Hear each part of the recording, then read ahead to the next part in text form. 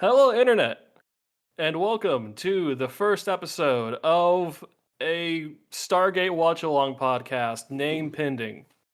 What is not pending is me, your host, Adam, Borgmaster Redacted, joined by Tyler, Grav, Redacted. Borgmaster, it's always a pleasure. That's news to me. Also joined, because this is not a football podcast, we are joined by Jason, Jatzu, probably not redacted, but we're redacting it anyway. I mean, you could redact it all you want. People know who I am, and by people, I mean absolutely nobody. It's fine. Hello. And we were joined, our very special guest in this very special episode, Justin. Hi. I didn't know it was a guest. I thought it was a permanent thing here. Well, it was a very special episode. We're all very special guests on a very special episode that has like Okay. a message. Yeah, I'm actually in a rotating chair, but it's only rotating because it actually rotates. My chair also actually rotates. I mean, like Don S. Davis was like featuring Don S. Davis at the end of the credits for Stargate SG-1 for like 7 seasons.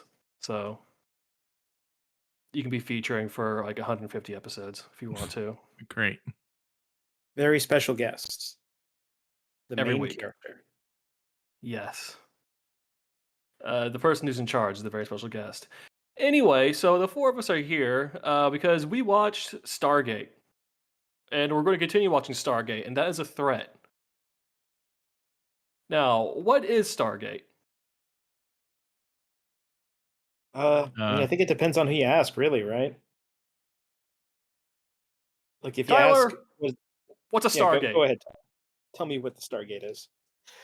It is a big circular like object that some ancient alien civilization apparently made because they like to go on vacation to various planets. Like I said, it's a big circle. It creates a wormhole that people, objects, and apparently radio communications can travel through to wherever else there's a receiving Stargate. Stargate is a multimedia franchise started in the 90s. It's a 90s sure about TV that? show. It's a 90s TV show where MacGyver, white saviors his way across the universe. I mean- sarcastically across the universe. Yes. For a bunch of it, yeah, sure. There's also Kmart Worf, a woman, a nerd, and some other people. I don't know. And some There's a lot of people that are just kind of there to die. and a lot of red shirts. Yeah. Marines mostly, Yep. but a lot of red shirts. Mm-hmm. But yes, Stargate was a movie in 1994, then a TV show in 1997, then another TV show 8 years later, and then another TV show 5 years after that. And there's like an anime, it's like a short, like anime short series, kind of like what they did with the Matrix. Is there? I think so. Is there? I don't And know. there's- I'm not I sure don't about think that. I so. know there's I thought like 10 I years thought ago. it was just the movie and the 3 TV shows and some made for TV movies based on Oh, the yes. TV shows. There are 2 made-for-TV movies. But no, I think there's like an animated thing, kind of like the way I think because Animatrix got like popular, they're like, oh, we need to do one of these Eh. for Stargate. Is it We'll find out at Stargate some point. Infinity? Maybe. And then there's Stargate Origins, which was like a web show from like 10 years ago, 7 years ago. And there's a bunch of novelizations. There are some video games. that's Not what that I was many going to video bring up, is games. that there's some novelizations. The only Stargate thing that really matters is SG-1 and maybe Atlantis on a good day, as far as I know. Pretty much. But the four of us will go on this journey through the Stargate multimedia franchise, go to all of these different alien planets that aren't just British Columbia, and go on wacky space adventures with American neo-imperialism, maybe? I don't know. We'll find out. So, what is everyone's history with the Stargate multimedia franchise? Starting with you, Justin, because you said Growing up, it seemed to be always on whenever we visited my grandfather's house. So I've seen bits and pieces of it. I don't know for sure if I'd ever seen an entire episode until watching the pilot episode recently. I had seen the movie before, but it'd been over a decade. So I'd get the general idea, but I've never I don't really know like the through line or anything. All right. Jason, what's your history with the Stargate multimedia franchise? I mean, I would say it's pretty similar. I think the first time I ever became aware of Stargate is when I saw it on the cover of Nintendo Power and thought, hey, that game looks cool. But I never played it or saw the movie until very recently, actually. You'd see it on television here and there, just on, because Canada, they're like, hey, this is made in Canada. We have to show it. So it's on every fucking network. Pardon my French. And then past that, there was a time, when Netflix became like a big thing where, when you're at the gym and you're on the treadmill for an hour, you just need something to watch. And oh boy, were there a lot of episodes of Stargate SG-1 on Netflix at the time. So that was one of the shows I'd watch. And I watched a lot of it through there. I didn't finish it, but I think I got more than halfway through. So you've seen a bunch, but your memory's spotty about it. Yes. I remember some very specific big plot points, obviously, but obviously I'm not going to bring those up until we actually get to those. Don't want to spoil the surprise. Okay, and I personally consider you an expert in Canadian television. I mean, that's Is true, that? yes. Oh, okay. I could tell you about all kinds of great shows like Yvonne of the Yukon and see, I'm not going to mention Degrassi, even though I just did, because that's the easy way out. But have you guys ever heard of a show called Breaker High? No, not I. All right, you guys fans of Ryan Gosling? Sometimes, yeah. I would not say fans, but I know who he is. You know, okay. Well, that was one of his first shows in Canada that he was in. He also was in Young Hercules. So, but yeah, there's a lot of Canadian shows. Ask me anything about Canadian television, and I'll tell you that it's probably just because the government keeps paying for it. So, there's that.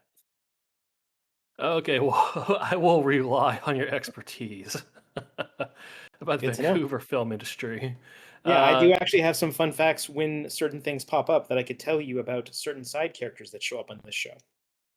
Oh, like the various bit actors that get on? Yeah, the various Canadians that show up for like one role. I mean, must have been very good for the local Canadian acting industry. Anyway, so Tyler, what's the deal with Stargate? So like our other panelists, I'm relatively new to the Stargate franchise. Kind of like Justin, I had seen the movie like probably over a decade ago, maybe saw one or two episodes. And I don't know, starting back in early June, I finally decided to make the plunge and start watching through the seasons. I'm currently on the last episode of season 4, and yeah, having a good time traveling to alien worlds, shooting a bunch of MP5s. It's a good time. Shooting MP5s is a good time. All right, and then there is myself. The reason I'm hosting is because I grew up with Stargate. I started watching it around during season 6, I think, as a child, as a young boy, an impressionable young boy. So you can see how I ended up this way, and watched it pretty much through to its ending in season 10. With those two made-for-TV movies I watched when they came out. Watched the first few seasons of Atlantis until it got too stupid for me. Tried watching Stargate Universe, and that's a bad time that we'll hopefully get to eventually. And I think I retroactively watched the movie when I was like 15 or something, and hated it. Yeah, that checks out. Appropriate. That's an appropriate reaction to that movie. Especially after Agreed. watching most of SG-1. Going back and being like, oh no. How did this even happen? Like, you have to wonder if like some executives were like, we need to fill a TV season. What do we have? Oh, we can easily get the rights to Stargate. Sure. All right. And then it just sort of accidentally turned out okay. I don't know. I have no idea if that's true or not, but like I can't imagine any way. I can't imagine people saw that movie and then were just really excited to make a TV show out of it. Maybe they were. I don't know. Maybe they just took the idea of a Stargate and thought that's really cool and decided to do it better. Yeah. Mhm. We It's will almost get to that. Yeah, it's actually one of all those right. like funny things where when you look into that, like that movie actually did fairly well in terms of how much they spent and how much they made. Sure. It's just it Very was profitable. very critically panned, which Yes. I'm All sure we'll right. get into. So I guess we start from the beginning now with the Stargate. The year is 1994. It's summer of 1994. Hit blockbusters like Demolition Man are coming out. What's another 1994 movie? I thought Hmm. Uh, Demolition Man was earlier than 94. I could be wrong about it that. was 93. Demolition Man is actually pretty late. I thought Demolition Man was like 91. 93 was Demolition Man. So Oh, 93 is Demolition Man. Roland Emmerich, hot off of the excellent film that is Universal Soldier, The 1992 classic Universal Soldier. decides to make Stargate. Yeah. Yeah. So the thing is, Universal Soldier was also very profitable because it was, I think, budget of like 20 something million. Uh, that It that made seems to more than be twice that that back. seems that seems to be Emmerich's thing. Is he makes movies that are usually critically panned, but but like are very profitable, and they're not for the kinds of movies he's making. They don't seem to be as expensive as you might think. Yeah. Yeah, And star Kurt Russell. and sometimes star Kurt Russell. He's Yeah. only been in one of his movies, hasn't he? I mean, it's just Stargate. I don't think he's Yeah, with the other ones though. he's not been in He any was other in one. Universal Soldier, wasn't he? Oh, No, was he? that was Van Oh, Damme that was. Mhm. and Oh Dolph yeah, that was Van Lundgren. Damme and Dolph. Yeah. Yeah. So I looked it up. It turns out the like sci-fi contemporaries of this year that this movie would have had to deal with are stuff like Time Cop and Star Trek Generations. So, Oh, Star Trek Generations. slim pickings really. A very similar explosion special effect at the end, Mhm. as this movie, as it turns out. Ask me anything about Star Trek Generations. Yeah. So 1994, banger year. Yeah, absolutely. I mean, it does have Forrest Gump Oh, and this was the Forrest Gump year. Yeah. True Lies, Speed. There's a lot of good movies in '94. There's also a lot of bad ones, but we're not here to Like talk any about other that. year. Yeah. So Roland Emmerich and his friend Dean Devlin uh, made Universal Soldier, which was Emmerich's first real movie. It turns out, made it pretty cheap. It made a very good profit, so they're able to get twice the budget of that for their next idea. And they decided to go with the Ancient Aliens thing because that sounded exciting. Written by Emmerich and Dean Devlin, this movie was. Both Mhm. I think Universal Soldier, Stargate, Independence Day, and Godzilla were like just back to back to back, like these two guys writing and then Emmerich directing with like increasingly larger budgets. Because Yeah, so Yeah. this guy got a lot of work essentially because he yeah, would well, turn profits. yeah, because like I mean, you give him some money and creative freedom, and he gives you a profit. yeah, like Right. it for every okay, so here's the thing. Every other year, I'm looking at his Wikipedia page. I don't know how this podcast is going to feel about fact checking just yet. But every other year from 1990 to 2000, he put out a movie, and most of those, all of those except for Moon 44, which is the first one, were blockbuster, massively successful movies. He basically got a blank check for a Yeah. while. Well, it's not so much a blank check as an increasing check. Like Universal Soldier was like 20 million, Stargate's 50, Independence Day, they go up to Yeah. like 100. Godzilla, they go up to like 150. And then kind of like a plateau around that like 200, 150 to 200 million The last one of those budget. is The Patriot, which is probably actually his best movie, but also a very different kind of movie. Yeah, well, Godzilla burned a lot of people creatively. I haven't But- seen that Godzilla movie since I was in like middle school, but it came out at like just the right age for me.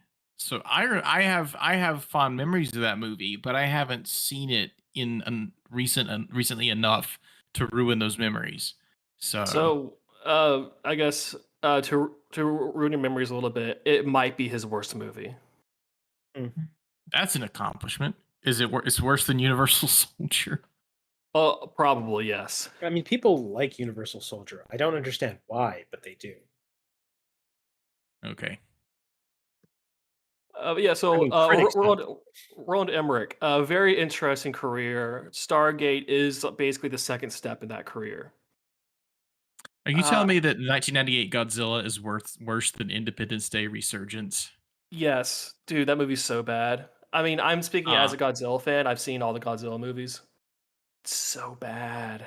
Like, I'd rather watch That's the really bad '70s Godzilla movies than that. Yeah, that's it's an not great. accomplishment. So, Stargate the All right. film. Right. These two chuckleheads work up a script about ancient aliens and wormholes through space in ancient Egypt because that's a vibe. Space Egypt is a vibe. I think we can all agree on that. Yeah, I've watched the History Channel. Most of this movie isn't even about ancient aliens, though. It's about I mean, Ra's an ancient a alien. bunch of. It's about. I know, but like most of this movie is. Should we summarize this movie at all, or do we? Yeah, who wants to do that? Who wants to summarize this movie? I mean, think we can. like but- not necessarily summarize, but like start from like the beginning bits instead of jumping into the worst bits. Because I think the first, however long it is until they go through the Stargate, I think First half hour or is so. yeah. It's like as long as it's turn your brain off, stupid. Set up okay. Like there's the obvious questions like why would the US government hire a crackpot historian to translate their their find. There's That's a new also I'm find. pretty sure it's the French who find the Stargate The Yeah, Swedes, I think, or Swedes. I think don't. They were speak. Swedish. Yeah, I don't know. I don't know. Forgive me for being an ignorant American, but they were speaking some language that is not English, which implies that they're not Americans.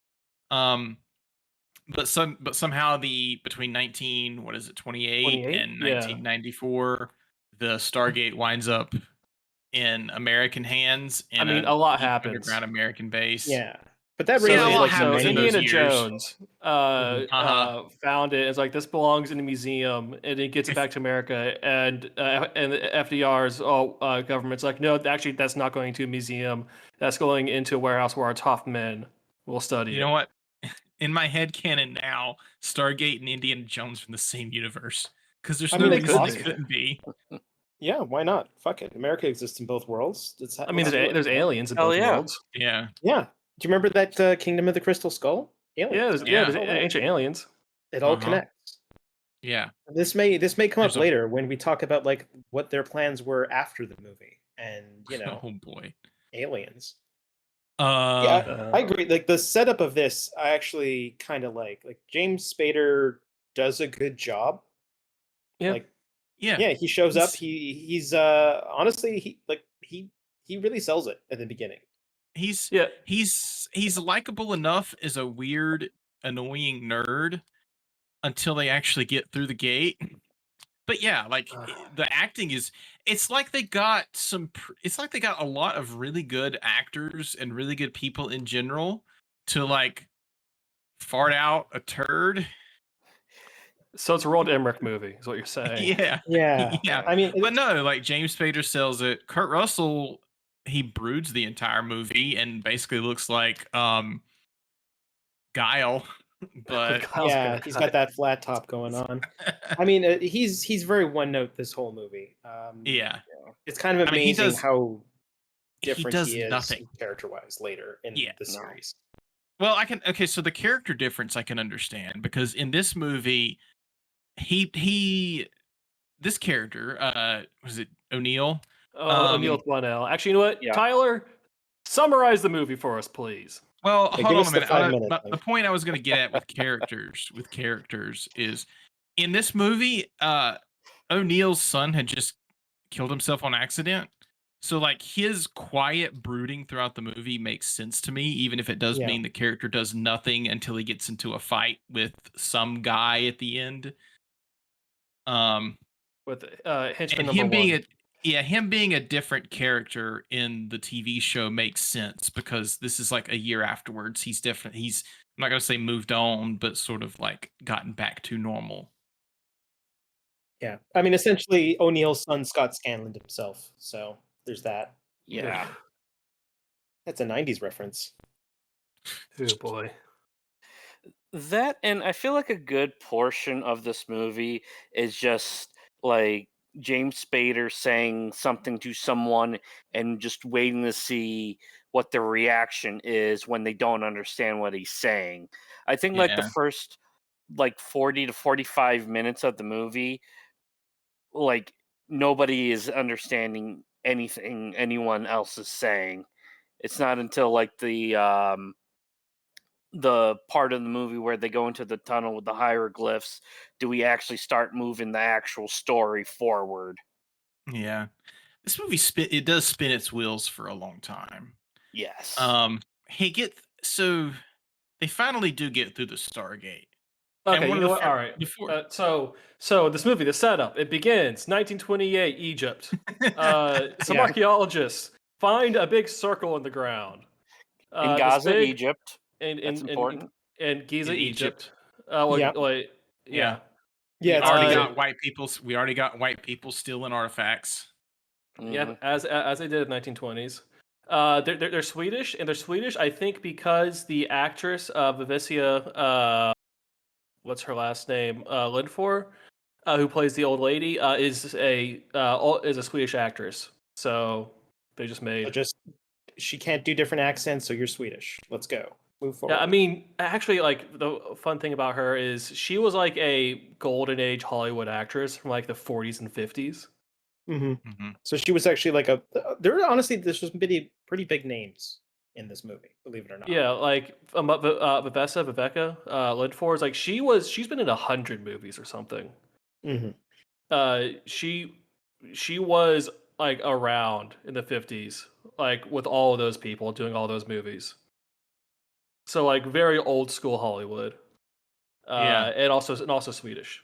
So Mhm. that's probably why they were Yeah. Swedes in the first scene. Yeah, but that whole first scene is more or less just kind of set up like, oh look, we found this thing, we don't understand what it is, and then it kind of just sort of flashes forward to, from what I understand, Daniel Jackson basically trying Yeah. to give a lecture about how like he's right about Egypt and they're all wrong, Yeah. and more or less kind of gets laughed out of academia. Yeah, so he's trying to give a lecture at a very small lecture hall about how the fourth dynasty Egyptians didn't actually build the pyramids; they're built before that. And they're like, "Well, who built them?" He's like, "I don't know," and then everyone leaves. It's the opposite of the everyone claps meme. It's like everyone leaves, Yeah, except for the old lady, who was the daughter of the guy who found the Stargate, who yeah. does Well, I mean, very even she cryptic. leaves. Like she kind of just leaves. She doesn't say anything to him. It's only later that we see them meet when I guess at that point he's lost everything and is just kind of hanging out in the rain. I think he was leaving the lecture hall when it was pouring down rain outside.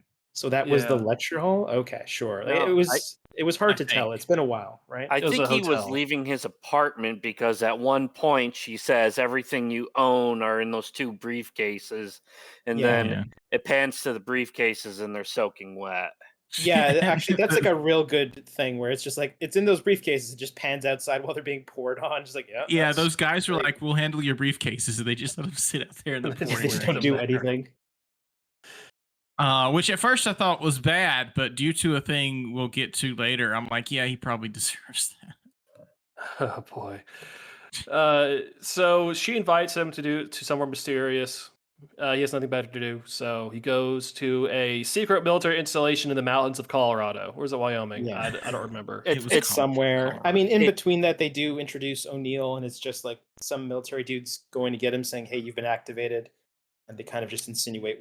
Do they just straight up Yeah. say what happened? Yeah, they just say Yeah, Straight it's up say what happened. yeah. They say, like, on the way out, they were like, that guy seems real sad or depressed or something. And the other guy's like, yeah, his son accidentally killed himself with a gun just like a few days ago or something. And this is Yeah. the guy they choose to lead, this guy in clear distress who needs like weeks of rehabilitation. They're like, yeah, we're going to have this guy lead our interplanetary or intergalactic or whatever. I mean, when they reveal what their plan travel. is, it kind of makes sense, even though that's still All right, freaking yeah, horrible. you know what? Yeah. Yeah. Borgmaster. So here's a fun fact for you. In the Okay. movie, the military base is called Creek Mountain Military Base. Yeah, I It noticed wasn't until the show it gets changed to what we all know it as. that. Right, I it's Cheyenne legitimately Mountain, don't know what which it's is called. like the NORAD mountain, I believe. Yeah, the movie retcon. I mean, the first episode of the TV show retcons some stuff. lot. Yeah. Yeah. Yeah, no, most of this movie gets retconned away. Is why I Yeah. personally didn't think it was important, but Like, it's one of those I things mean, where after the fact it isn't really like at all, but it's an interesting little thing. You know, it's a piece of history that this is where all of this, you know, franchise spawned from. A movie that, you know, didn't necessarily set the world on fire, but did well enough that they decided, let's pay the Canadians to make a television show. so there was a Uh, Stargate book that I found, not like based on the TV show, but like before the movie came out. But it was not like the movie wasn't based on it explicitly. it was but like a novelization of the movie. no, it like wasn't those a would come out novelization. like a few No, weeks no, no. before. It was, oh god, what was that woman's name? A woman wrote this book. Yeah, there's 4 Stargate novels, and I But believe no, this one isn't of them. a Stargate literature. There's a book. Hold on. Is this just a book on Stargates that some crazy lady wrote? Is that No, what it you're was talking about? it was long before the movie came out. Oh, are you talking about the weird lawsuit stuff? A book called Stargate by Pauline Gedge, which seems like a really rare like sci-fi book that Yeah, I no don't one think that's read. related to this at all, other than the fact that the names are the same. My understanding was that it was a similar setup and stuff. But Hmm. yeah, I don't know. Maybe look that up if you're interested. Okay, I mean there was a lawsuit, but that was something else. Yeah, that was literally something called like Egypt Gate or something, which sounds like a Egyptscape. scandal, but Egyptscape. Yeah, okay. Yeah, like some guy in the '80s tried to option a script that was similar to Stargate, and he got in his lawsuit got settled. Let's say. Yeah. Mail yourself a copy of the script. Go on. Keep moving. Yeah. I don't want to spend all that long on the beginning of this movie. Yeah, no. So Daniel Jackson, he goes to the secret military installation. They have the big cover stone from the first scene there. There are a handful of scientists of unknown name and description working on it for years, apparently, trying to decipher it. And then he just kind of figures it out in 5 minutes. Yeah, and Yeah. more like 90 seconds. And he's like, "Oh, here is everything." And then they meet in a room, and the big guy says, the big boss of The general. soldiers, the general says, General West, I think it was. Yeah, it's General West. Says, Like, yeah, everybody, yeah, show him the Stargate, and then they show him the Stargate, and then Kurt Russell shows up, and then they go through the Stargate. Yeah, I mean, there's I mean, a lot more or of less, yeah. yeah, there's a lot of stuff there. It's like if the military already knew or already had an idea of what the Stargate did, and they'd already tried to dial combinations into it. Because the thing with like Jackson goes through this whole thing where he realizes like the main symbols on the big stone slab are actually constellations, and then he figures out what the seventh symbol in the address to dial is supposed to be, which probably would have been pretty easy to figure out. I mean, it's one of those things where if you think about it, like they could just be dialing random things all day, and if there's no Stargate on the other end, it just doesn't go anywhere, right? So That's one mathematical problem here. There's another slight issue with physics. We'll get to in a minute.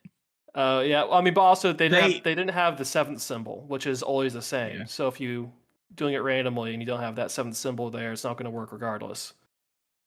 Yeah. So once they figure it out, they do a thing that I need to bring up because it baffles me, and I couldn't turn my brain off enough to accept it. They send a robot through the Stargate, and in the movie, the planet on the other side of the Stargate is in a different galaxy on the other side of the universe. Thank you. They got a big fucking map Yeah. in front of them, and they're able to immediately locate where this planet is on the other side of the universe. Mm-hmm. And that's just not physically possible. Listen, they got really good Wi-Fi. You know, it's just you're all stuck on that 4G. They're on like 12G. I could if they had sent the thing through with like a wire connected to it, I could buy that it was sending a video feedback, right? But I cannot buy, no matter how much I stretch my imagination, that the modern day technology of the 90s could figure out immediately where a specific object is on the other side of the universe. Yeah. I mean, thankfully, this was another thing they retconned in the show, because in the movie, it was located in a completely different galaxy. On the other I side mean- of the universe. Yeah. Mhm. Yes. I just looked it up. It's a galaxy I never even heard of. Kalam Galaxy, but Callum Galaxy. Callum, yes. So thankfully, this was one of the things they just decided to nix and be like, I think it makes sense if we keep all these planets just within our own galaxy. So even if the planet was in our galaxy, just in a different solar system in our galaxy, there's no way we could have figured out where it is. Eventually, even if it was on the other side of our solar system, it would have taken several minutes, maybe hours, for that information to get to us. Yeah, if we're talking like a radio signal, it plot. would have taken literally like hundreds of years. But I think you could probably say like, actually no, later on they explain why it couldn't have been sending a signal back through the portal. So yeah. The TV show thankfully does do a good retcon here of saying that EM signals can go back and forth through an open Stargate. Yeah, So as long as the that's gate's fine. open, you can. But that still doesn't tell you the location of whatever it is. It just tells you what's on the other side of the gate. yeah. But it's a Yeah. movie. Just it's at a I- certain I point you just got to know. be like, well, it's fine, whatever. Yeah, That's like- Otherwise, we're going to be hung that's up one- on. Like, that's one there's thing my so brain many wouldn't dumb let things go of. about this movie. It's Yeah. we'll be here We forever. do need if we to keep we do harping need on to the move one. on through this movie though, because Yeah. we're already getting like Yeah. almost I halfway mean, this through. is kind of like the longest thing, right? But yeah, I mean, they more or less just make it through with that robot, and then it doesn't make it back through, which they're kind of like, okay, well, if we don't know how to turn this thing back on and send people back through, then we're not going to do anything with it. And that's when Daniel Jackson's like, well, I could do it. Yeah. So they get through the portal, and he turns around and says to the military guys, "I can't do it." Yeah, it's like the so- first thing. Like, So what it's- the fuck? So it's O'Neill, Jackson, and 6 guys, only 4 of whom have names, I think. Yeah, you got like Freddie, Kowalski and Smith Freeman. are Freddie. gonna die. And Brown and Freeman, and then 2 other guys, two other red shirts. Yeah. Yeah. One of which is played by French Stewart. French Stewart, I think, is Ferretti. Yep, correct. Louis Ferretti. Yeah. So you have some named and unnamed military guys. They send less than a squad of guys through, which I mean, I guess if it's a suicide recon mission, yeah. Let's send the guys we don't like through. Yeah, exactly. I mean, Daniel Jackson, no one likes him, so let's just send him through immediately. So yeah, I guess screw this guy. We can send him through the Mhm. gate. But yeah, I mean when they initially go through, it's more or less just him looking around, being amazed at it, and saying like, "Oh, I just kind of expected the phone book to be here. Sorry guys, the phone book's not here," and they all just get very angry at him. as you can imagine. Yeah. So then just hijinks ensue for a bit. You know, they look Not, around. They're like, "Wow, it's a desert. Oh, wow, there's a pyramid here. That's a lot I of wouldn't sand." say. I Yeah. wouldn't say for a bit. The entire, I would say Second act of the movie. middle third. It's not even a second act. It feels like it's more than that. But almost the rest of the movie is just them fucking around, meeting the natives, and they don't speak English, so it's most of the movie and jokes involved is just these soldiers trying and failing to communicate with these natives who they don't care about, or Who and it's they're going to blow up anyway. I Yeah. guess spoiler on We're gonna nuke O'Neill's your mission. Stargate, maybe. Yeah. yeah.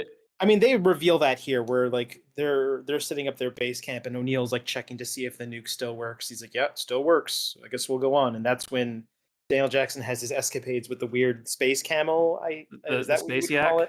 it? Yeah, Space yak, God, Daniel sure. Jackson, he's such an idiot. Like, we get to this Stargate, and his character goes from kind of endearing at how stupid and how nerdy he is, and then every move he makes just gets the group in further trouble.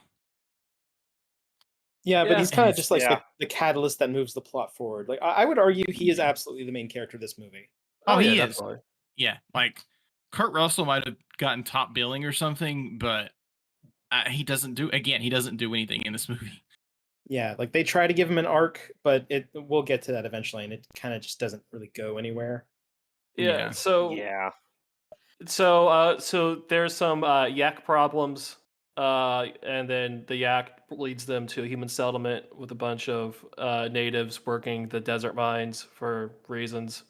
Mm-hmm. And then no one understands them. There's a lot of misunderstanding. You know, are these American military guys gods? Are they not gods? Are they sent by the gods? There's no communication. Jackson, for being a linguist, is very bad at figuring out the language initially. Yeah. And He's still bad at the pilot, even after being there for a year. It's fine. But yeah, they boy. what is he? He pretty much gets them to help them by giving him a chocolate bar, more or less. Oh yeah, wait. Oh, Yeah. what's the product placement? Is like Fifth Street bars? Like, 'cause it's some real product placement in this movie for those yeah, candy it's bars. I don't remember what the chocolate bar was, but it was absolutely just like straight up. Here is a chocolate bar. The guy says delicious in whatever ancient language he's saying, and then they all end up at their town having a party. Yeah, there's a feast. And because there's That was a I guess Fifth Avenue bar. Fifth I Avenue believe. bar. There you go. Because there's a MacGuffin kind of thing of an amulet that was found next to the Stargate. The old lady had it on her since she was a child. She gives it to Daniel Jackson for some reason, and Yeah, it but does has that the Eye of amulet Ra. even do anything, or is it No, just like it's just decorative. It just has the Eye of Ra on it. Yeah. got it? Okay, so people are like, oh, he's a god, so that we need to treat them right. I guess Or- that's why they get the feast and all that stuff. With the nice alien meal that tastes like chicken. Yeah, the Yeah. armadillo that tastes like chicken. Yeah, that whole gag. Yeah. Just gags. There's a lot of gags in the middle section of this Yeah. movie. Yeah, And they give Daniel Jackson, and only Daniel Jackson, they give him a woman. So Share, what do we have to say about Share? she's a confusing character. There's so much implications going on here that I don't think we don't have time to get into it. Yeah. But so- like Daniel Jackson does not, have his way with her. He just has a conversation with her. Yeah, he tries to Um, get her to read, which apparently is forbidden, so they're all just kind of looking away, which makes And- no sense later when we learn that she could totally. Yeah. How can she write? Like, why can she just write stuff when reading and writing has been forbidden for like 1,000 years or whatever? They I mean, don't explain she also it. knew where that cave was. So Yeah, maybe she knew where like that cave was, she yeah. had been like chasing her brother Skara. Skara's also so the three main like native characters are like the chief of the village and his son Skara and daughter Share. Yeah, In this movie, it's actually Shaori. Oh So- right, they changed her name. Yeah. Showry. Right. Yeah. Shari. Change her And the name a o- bit. I And the think that's only just reason pronunciation in terms of like the actors didn't pronounce it right in, I would say in SG-1, but at that point SG-1 has way more stuff in it, so that it's is actually kind of whatever, right? correct. That was the sole reason why they changed her name from Shari to Share. It's because of Michael Shanks just kept butchering the name. Oh, As good a reason as any. there you Yeah. go. So I will say, Skara and Share don't have much of a role in this movie, but thankfully, once we get into the series, they'll become slightly more important. Well, Sure. I mean, we'll get there. Yeah. But yeah, I mean, the whole thing here is like we don't know how to read, blah blah blah. They find the cave. At this point, she sort of tells him, "Hey, you've been pronouncing all these words wrong," and then suddenly he understands her. Right, here we go. Oh, it was They just also find the phone book at this time, but it's missing the one number they need to actually use it. yeah, they find the first 6 letters of the address, but they don't find the seventh, and the seventh one is the important one that's unique to each planet. Yeah. So it's like, well, crap. I mean, they could. I mean, they could just go look at the Stargate because it would have that symbol instead of the Earth symbol on it. But, Yeah, I but I don't guess think that's it is. that's a TV show innovation they add Mhm. that line of thinking. But yeah, so he's like, oh, it's actually ancient Egyptian, but you say it a little bit different. Oh, and now I fully understand this language. yeah, it's just a Yeah. different dialect. Yeah, how hard This can is that? this is more or less when Ra shows up, right? He just kind of lands his big space pyramid ship Yeah, where the Stargate is. so like Jackson O'Neill and two Kowalski and Brown, of course the black guys named Brown. They go off to the village. Like Freddy and the three red shirts stay at the big pyramid with the Stargate. While Daniel Jackson's having his academically interesting night with the woman who's given to him as a sexual favor. The Ra lands his big pyramid spaceship on the pyramid. It's actually a very good like practical model effect. I actually like that effect Yeah. a lot. Oh, the special effects are generally pretty good here. Like the movie look we should take an aside. The movie does look great, I think, in general. Like really Yeah, good model work. Visually it holds up very, very well. There's a lot of visually impressive bits too, especially when you get Yeah. to like Ra's minions with those masks and how they move. Aside from, we'll get to it with the Ra face reveal. That does The- not hold up well. The CG is questionable. Yeah. So Yeah, Ra that- shows yeah. up. They easily capture the four chuckleheads at the pyramid. The next day, so everyone, so Daniel Jackson O'Neill and all of them leave, and that's when the village is attacked, or Yeah. Yeah. Well, from what I remember, like everyone kind of has their. O'Neill has the moment with the kid where he gives him a lighter, and tells him guns are bad because my son died, but he doesn't actually say it. He just kind of yells at him. Then they leave the next day with the help of those kids, or at least one of the kids, from what I remember. And that's more or less when they run into Raw. While Yep. this is happening, Also- the village is straight up just getting murked. Also, Oh, yeah, they gave some that death kid relays. a lighter in the middle of this highly flammable village. It's fine. They It's have no fine. water to put out a fire. Actually, there's one bit about that lighter that still gets me. Like, I don't understand it. So this kid's surrounded by all his friends, I assume, showing them like, "Oh, cool, I got this lighter." And one of them's dumb enough to touch the flame and goes, "Ah, it hurts." It's like the fire exists. When you look around the village, there's torches everywhere. There's no way this kid doesn't know that fire burns. Like, what is wrong with? So I Yeah. interpreted that as him thinking it might be some kind of like illusion thing. I guess. Like this little box is making an illusion of fire, so he touches it to make sure. Yeah, I But- mean, this kid also looks like they put some weird makeup on him to make him look like, for lack of a better term, a simpleton. Yeah, like Yeah. some makeup to make it look like there were some birth defects. Yeah, yeah. Like everyone else from looks old more or less Hollywood normal, stuff. but he's got like a ginormous head for whatever reason. Yeah. No, there's a couple of scenes where they make that one. I guess But that call kid him keeps tribesman coming look. up. Yes. That kid still he's around. Mhm. Yeah. So Scar has a whole gang of idiot kids who are his Yeah. crew. He has a crew. He's got the kid crew. They follow the the American guys back to the Stargate. They witness the short action scene where the four guys all get their asses kicked immediately by Ra's minions. Mhm. And then we get Ra. It's a very nice set they built for his throne room inside the spaceship. Oh, Yeah. once again, the actor does a pretty good job of being. He only played in 2 movies apparently. This movie and The Crying Game. Yeah, so that's Before actually he quit. that's actually a Before he very quit interesting acting. actor. Yeah, Yeah, Jay he Davidson, right? Yeah, he quit acting because he was disgusted with Hollywood, which fair enough. Good Yeah, for that him. makes sense. But like he's pretty good in this movie. But the problem is he doesn't do anything.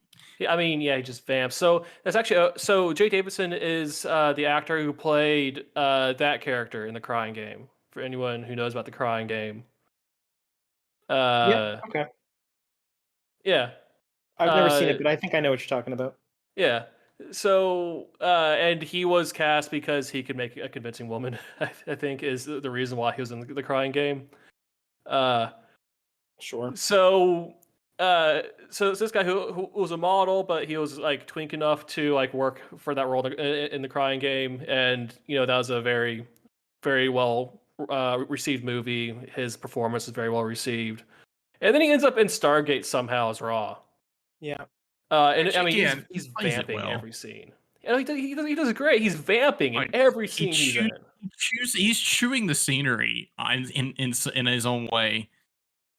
It's so good.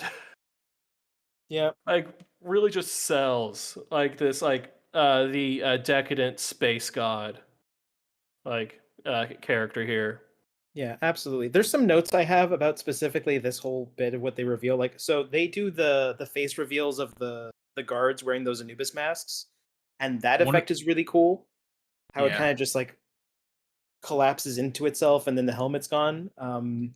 The raw face reveal just is the worst CG I've ever seen in my life. That's saying something.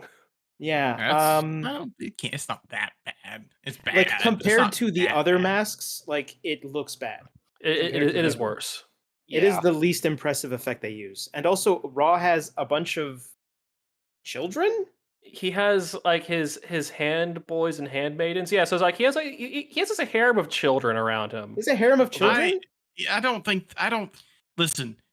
That Look, Raw's once not a good again, guy. this We get once it. again, this movie has a lot of bad implications, and this is one I didn't spend much time thinking about. But yes, he Yeah. has a whole bunch of children following him around. Whether they're implied to be his children serving him until they grow up, or something much worse, I don't know. I don't think the writers thought about it all that much. No, they Yeah, didn't think about it probably very not. hard. Just going with like old Orientalist like archetypes, probably like very old Orientalist Mhm. archetypes. For Ra's court there.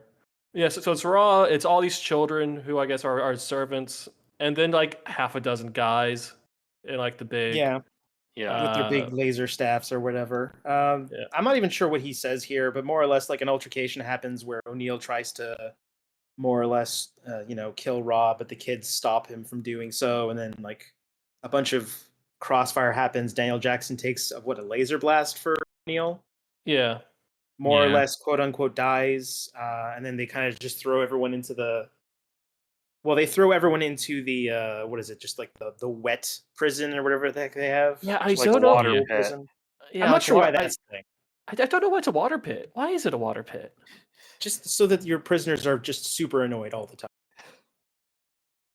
Yeah, that is, and also there's only 4 guys, including O'Neill, left alive at this point.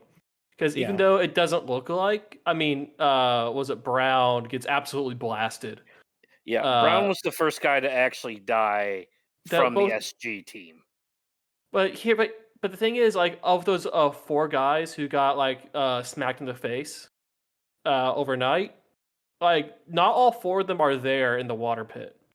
It's like Ferretti and like one other guy are in there, and then like what was like Freeman was the guy who This- went to the village I- with them. He's in there. I think this movie actually does a bad job of keeping track of all of these guys. It doesn't care about them. So at the end of the movie, it just goes, they're all dead except for Freddie and Kowalski and O'Neill and Jackson. basically. Yeah, I mean, but we see how two of them die uh, later It- on, but like we're still missing two. So I It guess they doesn't. got smacked in the head hard enough that they just died. The movie doesn't care, so we Yeah. shouldn't care. Like it The doesn't. movie doesn't it- give a crap. I'm pretty sure it varies the number of soldiers that they have at any given time, as many as they need for whatever scene they're doing. Yeah, and the soldiers, like, do they even have personalities? Kowalski sort of has a No. personality.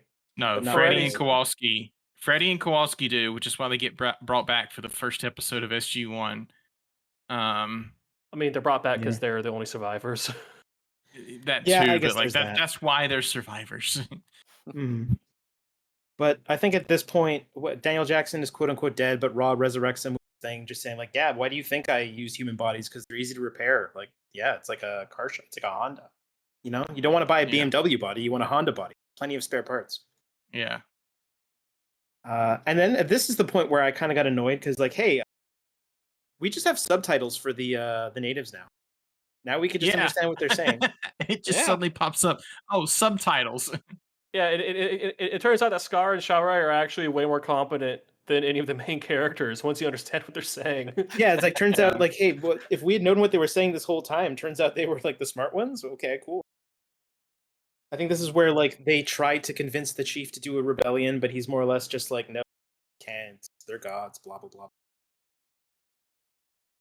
But then they go and do a rebellion anyway with Scar's hooligan friends. Well, yeah, but that happens after a very specific event, right? So like Raw does this whole thing where he's like, I'm gonna take your nuke, which yeah, I know what nukes are.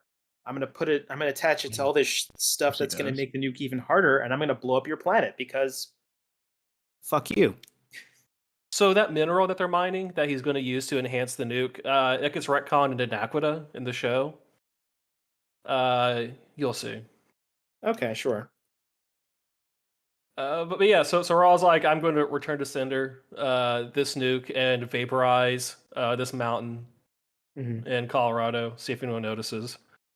But also, I'm gonna Uh, make you shoot O'Neill, otherwise I'm gonna kill all these people.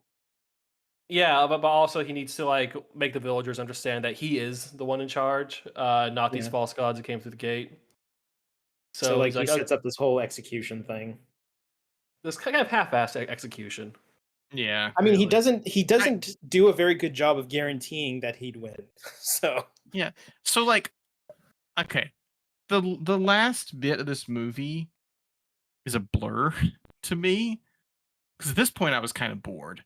But like, basically, Daniel Jackson is everybody's gathered around to watch this execution, and Daniel Jackson just suddenly turns around and shoots in the general direction of Ra and his men. yeah, Really bad. and then And all the natives just kind of start like Yeah. shooting the guns that and they then a happen big to rebellion find. starts, and it's just a mess. Kind Kind of. of. This well- is where well- they convince the chief to change his mind because they say, I guess Daniel Jackson says, like, this is the gods you. I mean, and Oh, when this scene so- happens, it's kind of funny because just of who's under the mask. Oh well, yeah. Like- So the order of events. Jackson's bad aim doesn't kill Ra. Yeah. Scar and his hooligan friends use some guns they found and the military equipment to like start shooting in the air. There's a whole chaotic panic scene of all the big crowd of people, and Daniel Jackson, O'Neill, and the other guys all like escape into the Yeah, crowd when that happens. But they kill one of the guards, and then they That's like reveal afterwards. the guards. Oh, really? Yeah. Yeah, I didn't that realize Yeah. that. Yeah. So they have a whole thing. Wait, is that that they go to like that weird mountain cave before that scene? I think like at like that night they're like a mountain cave, and you find out that Daniel Jackson's actually married to Shari somehow. Yeah, unbeknownst to Yeah. him. Yeah. Yeah. Which, if yeah, So the scene you're talking about where they show the villagers that, these aren't actually gods. It's like the next scene or two. They're like in the quarry, the guard is going around beating all the miners with a staff, and then they show up, they kill the guy that's mistreating all the miners, and that's when they show the village chief that, hey, it's just a dude under this big bird mask. Yeah.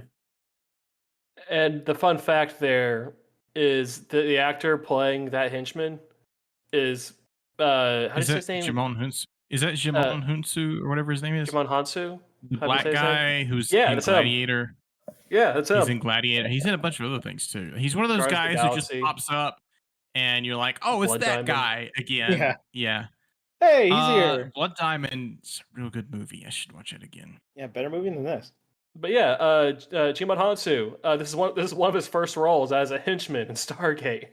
Yeah. Hey, you got to start somewhere. But yeah, like I guess the chief isn't immediately convinced because they kind of just go off on their own, and then like the villagers show up again later while this whole like altercation is happening. Yeah, they show up at the end. Yeah. So there's a whole scene at night with Daniel Jackson and Shari. I guess when he finds out that they're married, they actually get it on at that point. Mhm. I suppose. There's a thing with O'Neill and Skara because Skara reminds him of his son somehow. He softens up a bit, and then they try to start a rebellion. And their scheme for the nuke is to just pose as the people delivering the magic ore that will enhance the nuke to the pyramid. And then that's, I guess, when the finale kicks off, the big actions. Yeah. This This is the whole sequence, right? Yeah. I think just before that, I think O'Neill more or less revealed like, "Hey, I want to stay behind here and nuke the place. So you're gonna have to go on ahead with whomever you can. I'm gonna nuke the place." Oh yeah, that's when he has to admit to Kowalski and Ferretti that, oh, by the way, I was gonna just nuke this planet. Yeah. But yeah, I mean, at this point, everyone's just kind of they're mad dashing to try to get to the gate to use it to escape, while O'Neill arms the bomb. Like, there's this whole sequence with the military men plus like the kids because not everyone else is fighting just yet. Are like fighting. There's like a weird scene specifically with that kid with the very large head running away while everyone's like, "You gotta make it here," and he just kind of gets blown up. You see his like helmet roll over, and it's like a sad moment. It's like I don't even know what that guy's. I legitimately don't know what that character's name is. Yeah, no, it's just that one guy eats it. Yeah, so like Yeah. Ferretti, Kowalski, and I guess two other military guys get stuck outside the pyramid. The two red shirts die. Yeah. And like Scar and his hooligan friends are there. The kid with the big head eats it because like the death gliders, like these like fighters that Ra has. He only has 2 death gliders, which In that big, huge ship he has. I mean, Yeah, he doesn't me have too. that many soldiers, as it turns out. It's like he's got 8. he's got like 6 or 8 guys and like 2 death Yeah, gliders. and like they keep dying, as it turns out. Yeah. Rob was You should have very brought more confident dudes. in their abilities. Yeah, I guess he But shouldn't to have be been. fair, until now he hasn't needed more than a few guys. Yeah. When we watch more of the TV show, it'll become more notable how few guys he has. That's just because there aren't as many Canadian actors. You know, it is what it is. So it's a big fight scene. Daniel Jackson and O'Neill try to fight their way to the gate and then to the nuke. There's a whole thing with the O'Neill. Kurt Russell has a fist fight with henchman number 1, I guess. Yeah. And I think this is where Sharai gets shot, and then Daniel Jackson's like, "I'll be right back. Gonna resurrect my wife." Runs back, While like resurrects his another wife. fist fight is like happening below with this other dude. I mean, this all accumulates into like a kind of cool telefrag kill that happens on that one dude. Yeah, Oh, that's yeah, a pretty that because- telefrag kill is pretty good. Yeah. It was a good telefrag. It has a really good one-liner before the dude gets off. I'm just gonna read it. Give my regards to King Tut, asshole. Yeah, that's a pretty good line. Yeah. And you know, oddly enough, we're gonna get like it's gonna end real quick because there's really not much else to this. Like the rebellion people start showing up, they start helping. And Oh yeah, like the huge crowd of extras show up to like help the They beleaguered. do the Yeah. they do the Rohirrim charge from the 2 towers, except it's like exactly. a bunch of people in rags. This is the part where Rob basically just says, "Fuck this, I'm out." And as he starts leaving, Daniel Jackson's back there with things like, "Oh, we have no time. What are we gonna do?" He's like, "Oh, I got an idea." We need an ending. Oh, let's just teleport the nuke up there. Yeah, just teleport the nuke up there. Yeah, because Mothership. there's a point to point to teleporter system from the gate room to like the Ra's ship, and that's how they go back and forth. And Daniel Jackson just like he's carrying his wife, he's running through Ra's like chambers, but to the back to the Oh Yeah. to the sarcophagus, Nobody- and Ra just kind of sees him out the corner of his eyes, like, what is he doing here? I mean, there's like a notices him- pseudo. Yeah, there's like a pseudo fight / chase scene where he kind of just like ends up in the teleporter, grabs the necklace, and says "see you later," which this is what causes the telefrag kill. Yeah. Oh right, yeah, because when he's when he's escaping with Shari, that's when the nuke is being teleport. Well, you know, Well, he that's goes when the nuke is first. basically counting Yeah, down at it's- that point. It's really it's actually kind of confusing, but Daniel Jackson runs back to the teleporter while Kurt Russell is holding the guy down where the teleporter is going to land, and they teleport in right over top of the guy that Kurt Russell just beat the shit Right, out of. and they exchange themselves with that guy's head, and that's a nice Yeah. scene. Yeah. Yeah. Oh, and then they have to get rid of the nuke because the nuke has been rigged for the timer can't stop. And don't you hate it when Yes. that happens? Yeah, it's unfortunate. Yeah. I Just mean, this leads to a really cool CG effect of Ra's face melting. Yeah, that's a really cool effect because they, their solution is just teleport it up to Ra's ship, which is now in orbit conveniently, and then like Ra's like there at the teleporter, and he sees a nuke, and it's like 2 seconds left. He's like shit, and then yeah, like his face melts, big explosion. It's a really cool sequence. Yeah. Yeah. The ironically enough, the sun god dies in a ball of fire. Yeah, there you go. all right, fair enough. As I believe guess it or not. is all the children with them. Oh yeah. Oh, you're Oh, right. you know what? It's what else are you gonna do? It's fine. Don't think about that. It's totally It's fine, says Yatsu. Like when you think about where they go with this series, like they probably were about to suffer a fate worse than death anyways, so it's probably am I wrong? But yeah, so A mercy there's nuking. really there's really not much of the movie left, right? They more or less just say their goodbyes. Daniel Jackson Yeah. says, "Yeah, I'm gonna stay," and then it just straight up has like the end roll credits. Yeah, no no, epilogue. yeah. That's it. O'Neill goes through the gate and then credits. Yeah, like there's zero epilogue to this. It's extremely efficient. Yeah. It is an Uh, extremely Fine. efficient Like, movie. there's no more story that needs to be told. Exactly. Not that there was much Um, of it in the first place. You don't need to watch this movie for another decade. Yeah, honestly, you don't even if you wanted to watch Stargate SG-1 and Atlantis, you don't need to watch this movie. Oh, You so I was really right. don't. Are you saying I was right? You were right. Yeah, you were Ah. right. But also, like, if we're gonna do this and we didn't watch the movie, people would be pissed off that we didn't watch the movie. So we've watched the movie. We've talked about it for an hour. Yeah. Um, And you know what's that's fun about all this? we really need to say. What? This was a Uh, planned trilogy. It was. Oh And, yeah. like, Yeah. Where it was going to go is completely different from where the show goes. Was it gonna go anywhere interesting or? I think like the main thing that they've said about this is that they wanted to like keep going back to the relationship to Earth and explaining that every mythology on Earth is real, but it's also just these aliens. Which is close to the show, but I think it was like each culture had its own Stargate. Yeah. So like they'd find Stargates in other parts of the world, and they would go to planets with that like ancient god there. Yeah, but I mean that never came to fruition because even though this movie made money, it was critically panned. I believe it's what Roger Ebert's most hated film of all time. One of his most hated films of all time. And they just never made another one. It's honestly kind of a miracle that the series happened, even though this made money. Yeah. I don't know, it's yeah. I think the first 30 minutes really does set up a much better movie.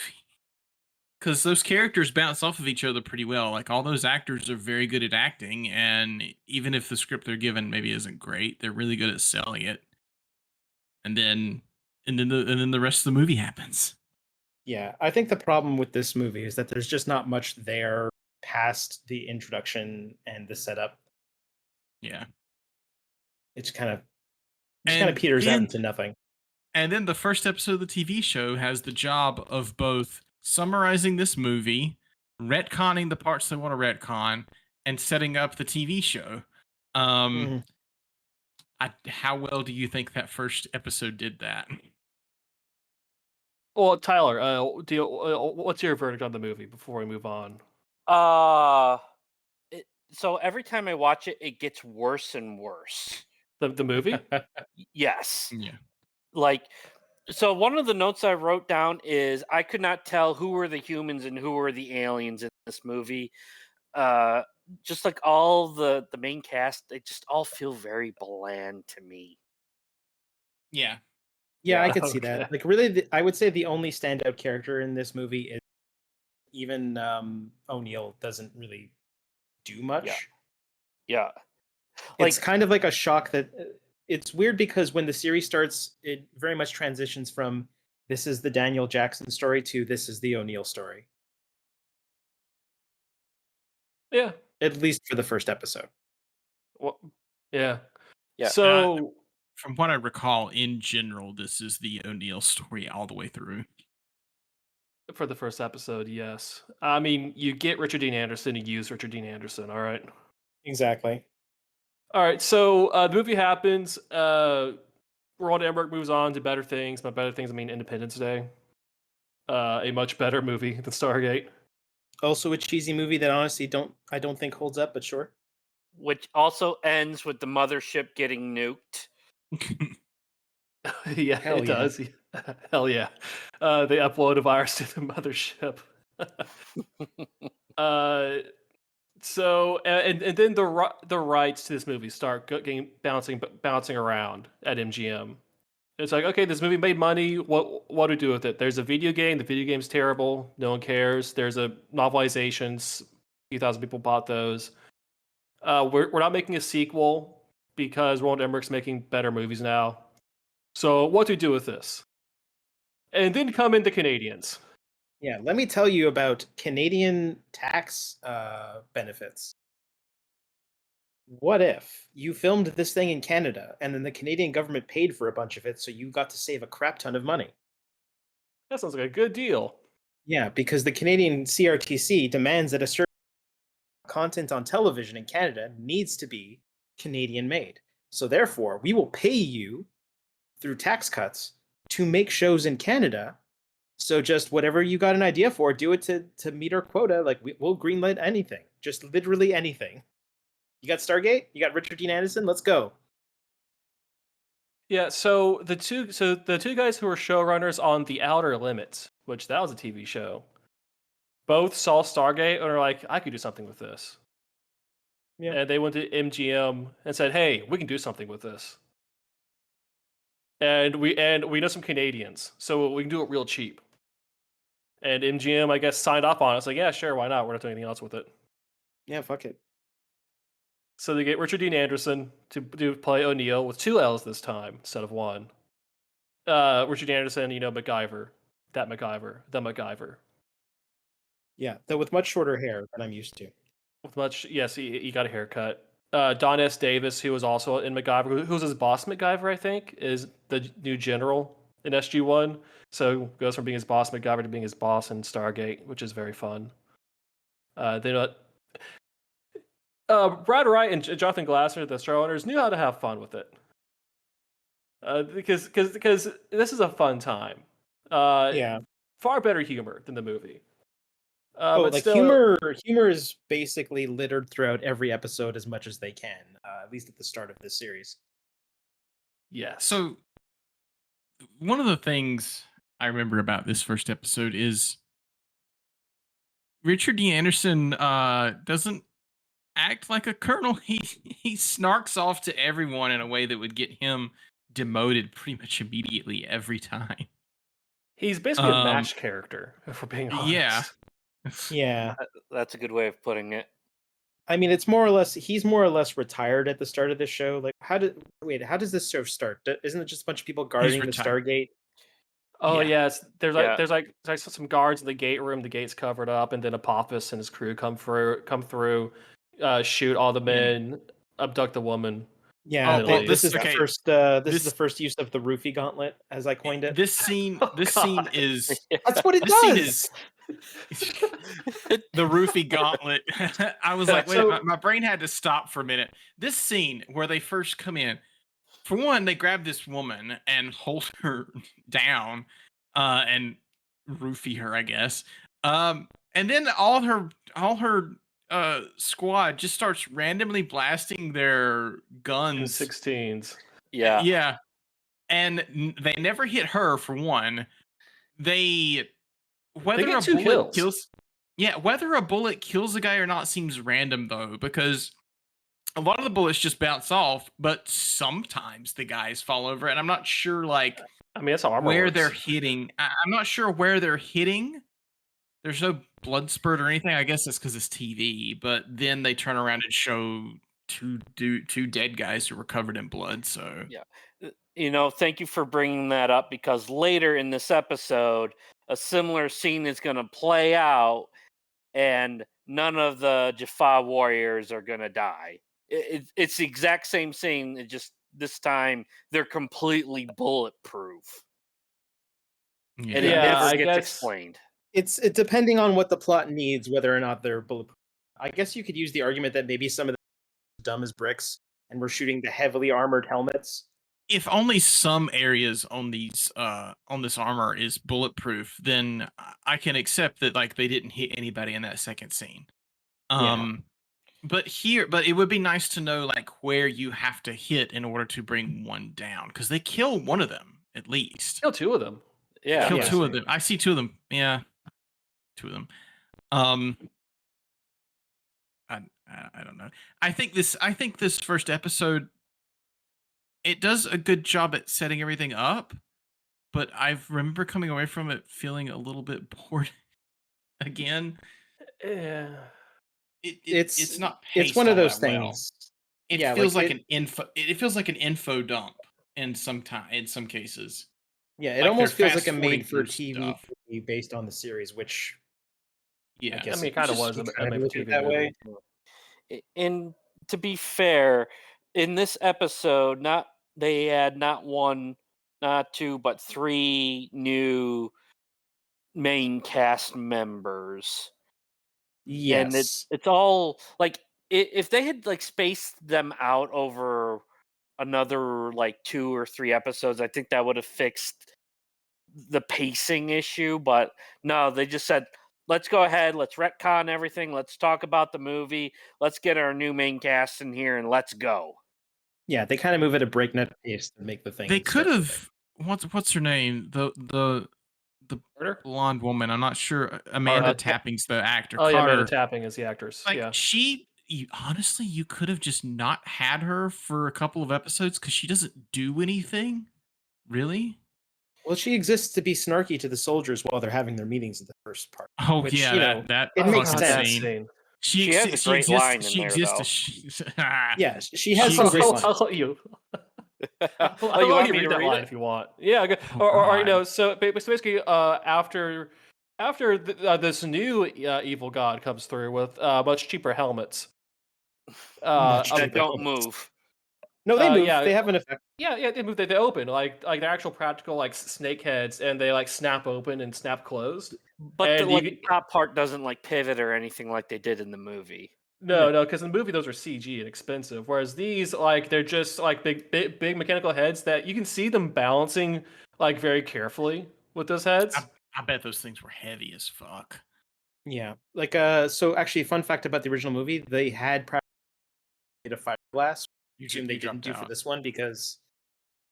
Oh, sorry. What? You dropped out. Yeah, your voice drops in and out sometimes.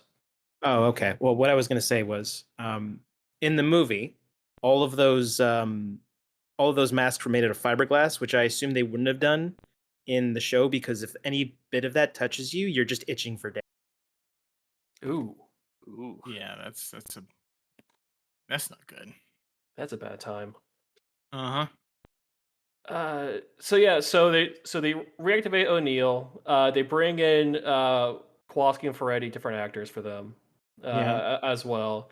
And it's like, okay, we need to figure out what's going on with the Stargate. We thought you took care of Abydos. You told us you nuked Abydos. What's going on? Well, it's not Abydos yet. The other planet, the planet. You told us you nuked the planet when you killed Ra. So there's a whole thing. They're like, okay, well, we'll send in another nuke, a stronger nuke this time. And then O'Neill has to fess up about the events of the movie.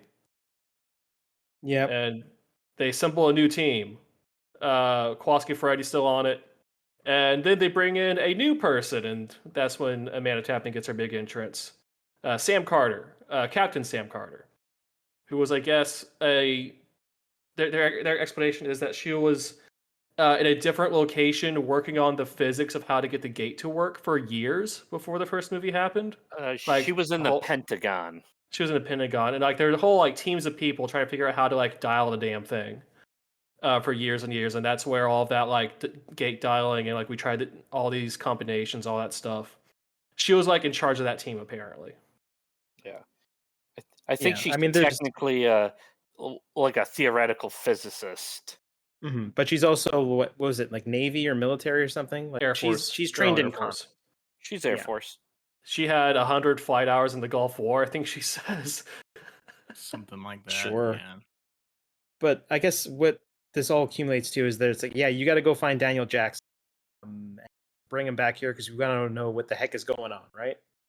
Yeah. Oh, but when she walks into the conference room at first, I guess women in the military was a big political thing in the 90s because no one had anything else better to do. And it's whole like kind of semi-political statement they're making by having her introduced there, and like the military guys in the room are being dickheads about it. And what's her line that she snarks back at O'Neill with at one point, Tyler? The line reads as, just because my reproductive organs are on the inside instead of the outside, doesn't mean I can't handle whatever you can handle. End quote. Like, So I get that's the what they're quality of the going for. writing here. I get what they're going for. Obviously, it is kind of a I don't know. Like, if you want to make a statement to your audience right off the bat, like here's what this character is going to be. Here's what this character is going to stand for. Fine. It doesn't make for It's a pretty great cringe. TV show episode. It is pretty cringy, but I don't know. And also, like, again, I think that the pacing of this episode has to be fairly economical, which they don't achieve all the time. But they've got a lot of plot to get through in an hour and a half, Yeah. and like they don't really have time to set up a theme of feminism or whatever. Yeah, they're basically trying to establish the plot of the new series, and they're trying to do it at a breakneck pace. Yeah. Yeah. Which I think is like the biggest again, I think they should have just waited an episode or two because again, I don't think she does much. I will say sci-fi shows in the 90s all kind of had this problem of needing to establish their entire premise and get to the point to where they can have serialized adventures like within like an hour, within an hour and a half of runtime. You saw this with like Star Trek Voyager, Babylon 5, Farscape, Yeah. Andromeda. I'm not gonna, but no, all of these shows all had this problem with their pilots where they have to get everything done in a hurry. It's like Yeah. they know how to make a 45-minute episode, but they don't know what to do with an hour and a half. It's like when they're given an hour and a half, they want to make 3 45-minute episodes, and then they realize they got to cut some stuff. Look how much extra time we have. Oh wait, we don't actually have that much extra time. Yeah, so they gate back to the planet. The gate's there. It's a different gate room now, much cheaper gate room. Yeah. Daniel Jackson and Skara and Skara's hooligan friends and some other random people are there. Daniel Jackson's now played by Michael Shanks, doing his best James Spader impression, which, yeah, you might as well at that point. Yeah. He does a good enough. Yeah, he does a good enough impression. He It's does. all right. So Yeah, how everyone speaks English now? yeah, he taught everyone English. Yeah, even the people that weren't there. Yeah. Okay. Yes. All the alien. Yes. All the other aliens speak English. Look, man. I get why they do it. It's just funny when you look at the movie and how much they went out of the way to not tell you what those people were saying, only to eventually give them subtitles to now they just speak English. It's funny. Like, it's funny. Come on. Yeah. Well, I like Yeah. to think of it as that was a lesson learned from the movie. It'd be like, hey, we can't spend 15, 20 minutes every episode reestablishing the language connection. There are elegant ways to do it, and then there's just ignoring the problem. But every episode. But Yeah, every episode. but that's how they handle it in this series is they ignore the problem. Like, I feel like they don't bring up the language barrier again ever.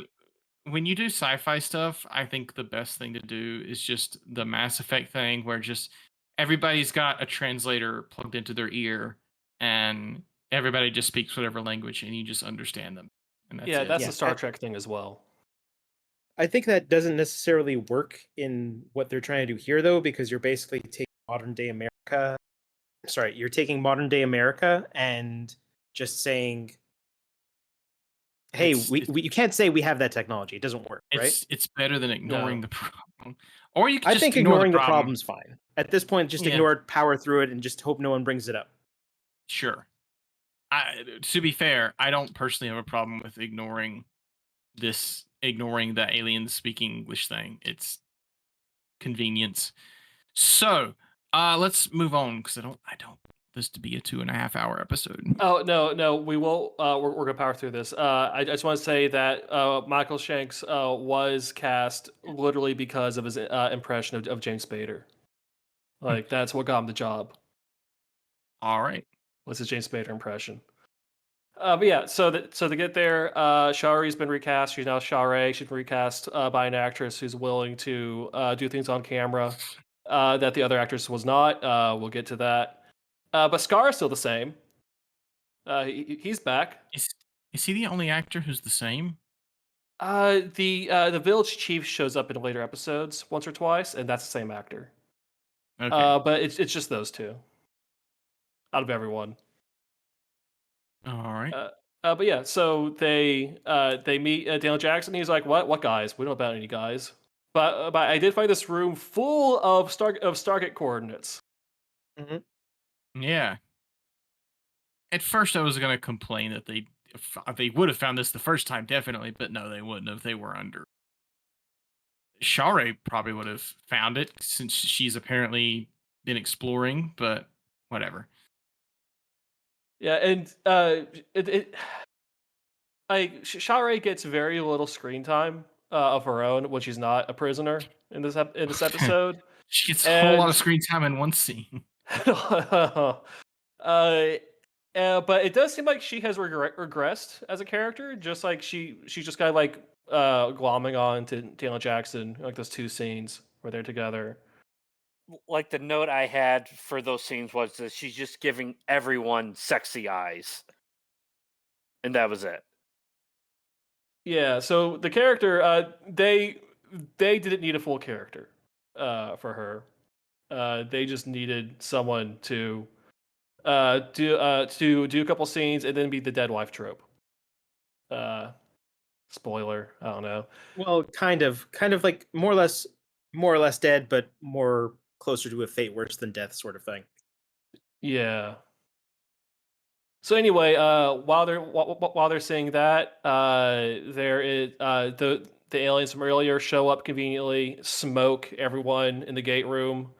Scar's boys all get smoked. Ferretti gets smoked. Well, no, he lives, but yeah. And then they grab Shari, and they grab Scar as well, conveniently, and then fuck off again. Yeah, they basically just grab a bunch of people, right? Just those two. Yeah, just those two. Conveniently, just those two. They fuck off again. Yeah. I forget if this is where they go back to like home base and they do this whole stuff, or if they start talking about what's going on with Raw stuff. I think Ferretti isn't fully dead, and he saw the gate coordinates being punched in. Yeah, so he saw the gate coordinates. So this is where they bring him back, and they're like, "Oh, figure out." Do we know if he has any part to play in the rest of the show, or does this episode just systematically kill off the rest of the characters from the movie? So this is the last time we will see Ferretti. Kowalski will show up later.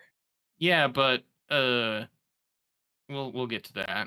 We'll get to that. So they're like, okay, we know the planet they're in. Let's send a big dumb rescue mission through there. Mhm. Which is this is where they designate what an SG team is. They would go out of their way for this exposition dump of like we're going to create 9 SG teams, and they're going to be teams of 4 people, and there's going to be 9 of them. And we're going to number them SG-1 through 9, and Colonel O'Neill will lead SG-1. Like it's very kind of shoehorned in exposition there, and Kowalski will lead SG-2. They need to give Don Davis a few more lines. Yeah, they did. And the rest of the teams don't matter. Well, they aren't formed yet. They don't.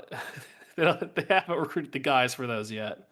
Yeah, we need more dudes. So they have 2 SG teams worth of dudes, and we're going to send everyone through the gate on this big dumb rescue mission. Yeah, I guess that's where we get like part 2 of the pilot, I suppose.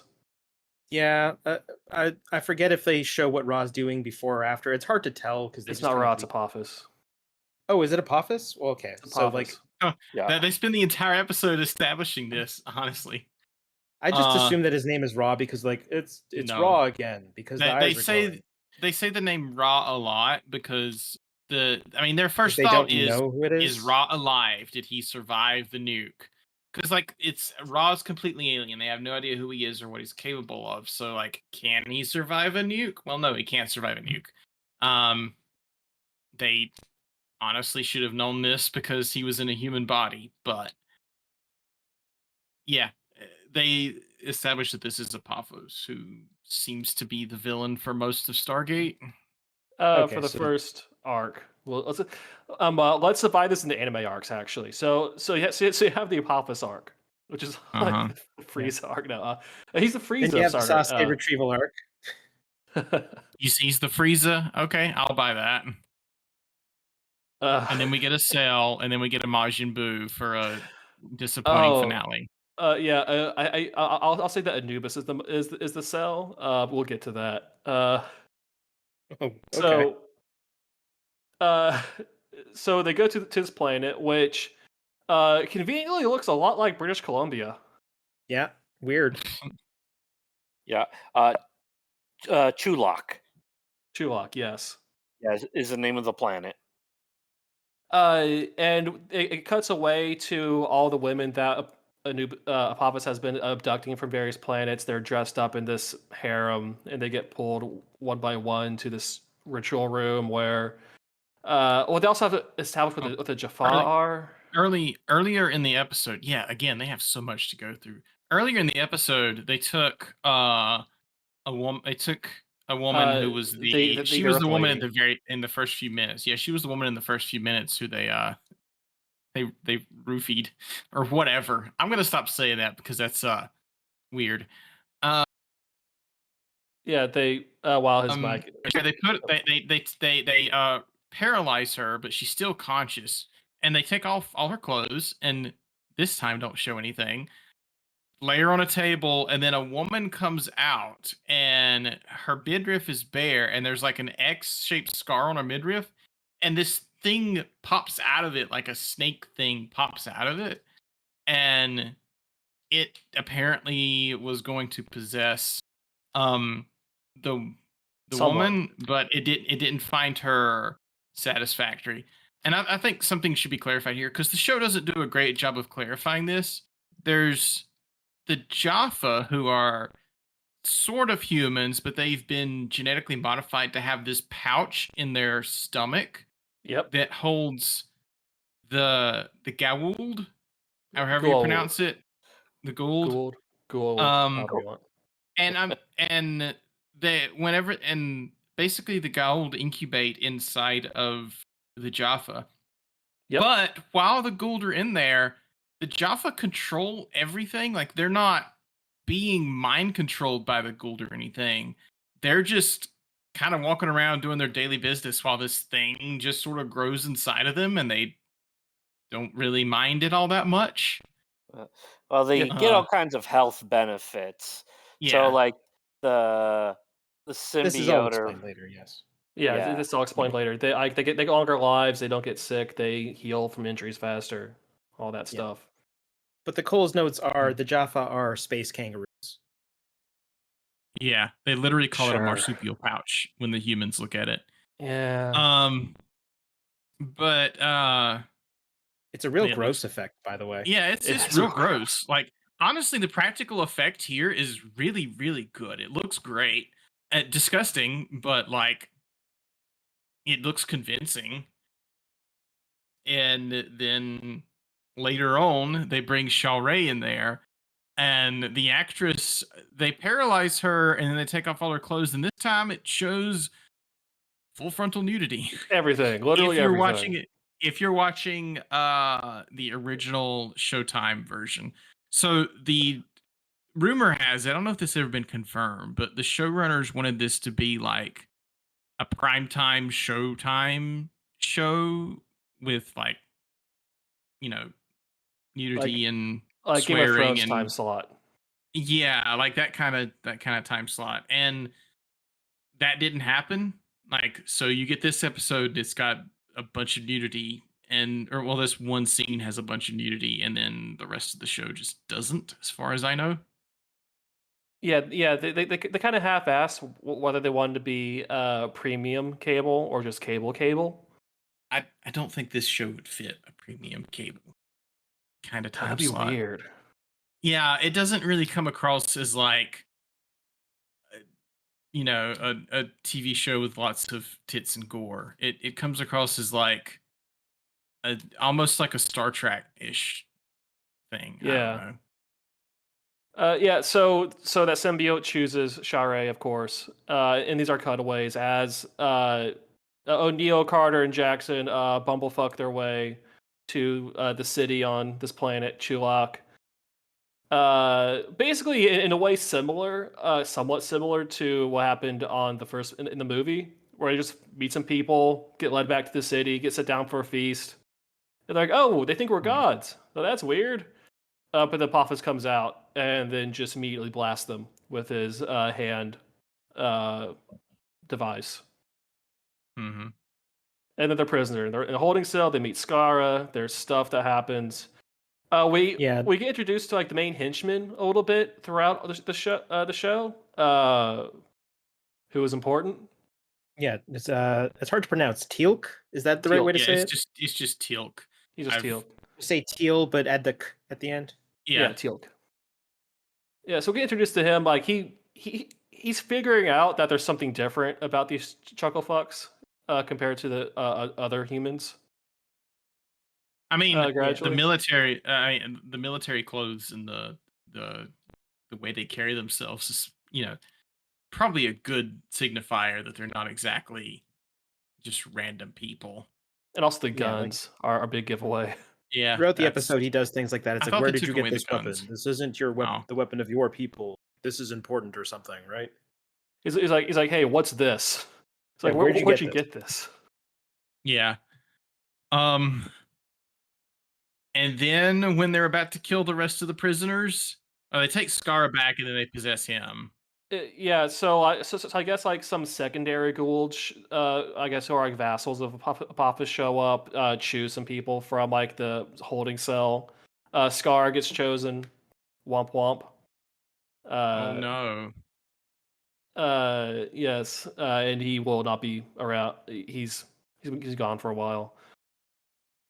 And then there's gonna like massacre everyone else. But like O'Neill had talked a little bit to Teal'c earlier and like showed him the symbol for like the Earth Stargate. It's like, hey, we're from here, and I guess Teal'c realizes what's up, and then has a sudden face turn at a dramatic moment. Does this get better explained at some point? Like I don't know, maybe Teal'c just really hates how the Jaffa get treated or something. He does. I believe they do eventually explain it. Like they go over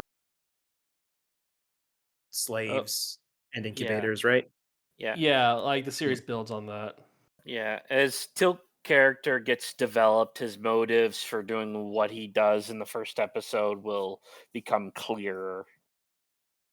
Okay, because it does just kind of come out of nowhere. Like I knew it was going to happen because I've known saw the box stuff art? about SG-1. I saw the box art, But in the opening credits.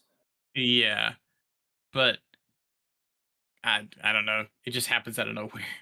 Yeah, it he If you were did just watching, arbitrary. he if does you were the whole watching this thing. in its premiere in 1997, you would probably been confused. I mean, I didn't, so I have no idea. But he basically, yeah, he does the thing. Is like, oh, I've heard many people tell me that they could save my people, but I actually Well, no, believe you, and then start shooting guys. yeah, Yeah. no, I think like right before they're about to open fire, and he was like, I can save these people, and Joe goes, I've heard many say that. You're the first one I believe, and then he just turns around and starts blasting his own guys. Yeah, Yeah. he's Yeah. probably And- known for his entire life that they've worked under him faithfully for many, many years. I'm just gonna blast you now. You know what though? Like, if I was their trainer, I'd be pissed too. Like so this is a note that I wrote down. There's two people that have weapons firing at this entire guard troop. Instead of nobody has shooting any at them, they just shoot random people in the crowd. Yeah. Like they make the worst decision ever and lose because of it. Those helmets have to have just no visibility in them whatsoever. I mean, I They figure just those they can helmets only have see like a directly in front of display. them. I figure those helmets have like a TV inside of them that it shows them what's around them or something. There are times where the Jaffa have literal stormtrooper aim. Other times they're stone cold killers. Yeah, I think it's just whatever the plot demands at that exact moment, right? Exactly. So they kill the execution troops. They blast a hole in the wall pretty easily. So it's the main cast plus Teal'c and all these random extras, including a really big guy who's never named. Like a Neanderthal, right? He has like bear skins on. Yeah, like this huge berserker guy who's unnamed, has no lines, but the camera keeps showing him. I mean, he's an impressive looking dude. Yeah, so they all escape and they run for it. Kowalski and his guys, I guess, had camped next to Stargate overnight. They're bored. And then I guess the main action pops off. A Death Glider shows up, starts strafing. The Death Glider are those like alien fighter planes with the laser cannons on them. You find out They're the basically TIE name. fighters. They're basically well, they're more like the Cylon fighters in design.